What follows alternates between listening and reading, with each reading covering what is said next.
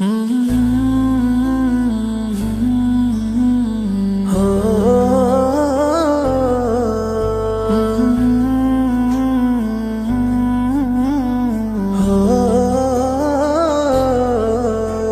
رسول الله يا حبيب الله يا شفيع خير البراء يا رسول الله يا حبيب الله يا شفيع خير البراء يا رسول الله يا حبيب الله يا شفيع قمر الدجى رسول الله يا حبيب الله يا شفيع نحمد ونصلي على رسول الكريم أما بعد فقد قال الله تعالى في شأن حبيبه وتعليمه وتكريمه ومكبر وامرا إن الله وملائكته يصلون على النبي يا أيها الذين آمنوا صلوا عليه وسلموا تسليما اللهم صل على سيدنا محمد وعلى آل سيدنا محمد وبارك وسلم عليه நபி ஸல்லல்லாஹு அலைஹி வஸல்லம் அவர்கள் கனவில் பார்த்த உண்மை நிகழ்வு என்கின்ற தொடரில் இருக்கின்றோம்.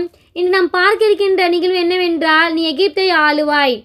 அமீர் அல் பர்தஸானி அவர்கள் கூறியதாவது, அல் முலஃபர் சைஃபுதீன் குத்தூஸ் அவர்களுக்கு நான் சிறு வயதாக இருக்கும்போது பணியாளராக இருந்தேன். அப்பொழுது அவர்கள் தலையில் நான் சீவி கொண்டிருக்கும் பொழுது அவர்கள் தலையில் அதிகமாக பேன்கள் இருந்தன. அந்த பேன்களை நான் எடுத்து கொள்ளும் போதெல்லாம் அவர்களிடத்தில் ஒரு நாணயத்தையோ இல்லைன்னா அதைவிட குறைவாக கேட்பேன். அவர்களும் கொடுத்து கொண்டே இருப்பார்கள்.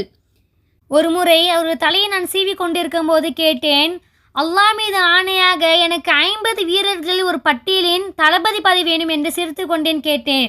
உடனே அவர்கள், உன் எண்ணம்படி அல்லாஹ் நனவாக்கட்டும், நிச்சயமாக உனக்கு நான் 50 வீரர்களில் பட்டியலில் தளபதி பதவி நான் உனக்கு வழங்குவேன் என்று சொன்னார்கள். உடனே அவர்கள், அட நாசமா போக, நீங்கள் எனக்கு 50 வீரர்கள் தளபதி பதவி எனக்கு வழங்குவதா என்று நான் கேட்டேன். அதற்கு அவர்கள், உண்மைதான், நான் உனக்கு தளபதி பதவி நான் வழங்குவேன் என்று சொன்னார்கள். அது எப்படி சாத்தியமாக என்று அவங்க சொல்லி கேட்குறாங்க. அதுக்கு அவங்க சொல்கிறாங்க, நிச்சயமாக நான் ஒரு நாள் எகிப்து நாட்டை ஆளுவேன். அப்போது மங்கோலியர்களை நான் அடித்து விரட்டுவேன் என்று சொல்லிவிட்டு உனக்கும் நான் பதவியை தருவேன் என்று சொன்னார்கள். அதற்கு பின்னர் அவர்கள் கூறுகின்றார்கள், பர்தஸானி அவர்கள் கூறுகின்றார்கள், உங்களுக்கு என்ன பைத்தியமாக பிடித்திருக்கிறது? உங்களுடைய தலையில் உள்ள பேனையை கூட கட்டுப்படுத்த முடியாத நீங்கள் எகிப்து நாட்டை ஆளப்போகிறீர்களே என்று நான் கேட்டேன். அதற்கு அவர்கள், நான் ஒரு நாள் நபி ஸல்லல்லாஹு அலைஹி வஸல்லம் அவர்களை கனவில் கண்டேன். அப்போது நீ எகிப்தை ஆளுவாய், மங்கோலியர்களை அடித்து விரட்டுவாய் என்று சொல்லியிருந்தார்கள்.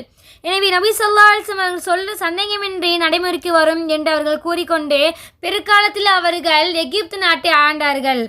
சுல்தான் சாயிபுதீன் குத்தூஸ் அவர்கள் ஹிஜ்ரி 657 இருந்து 658 கிபி 1259 இருந்து 1260 காலத்தில் சுமார் 14 மாதங்கள் ஆட்சி செய்தார்கள். இவர்கள் பொறுப்புக்கு வந்த பிறகுதான் மங்கோலியர்களை இவர்கள் அடித்து விரட்டினார்கள். இவர்கள் மம்லுக் வம்சத்தை சேர்ந்த ஒரு அரசர் ஆவார்கள்.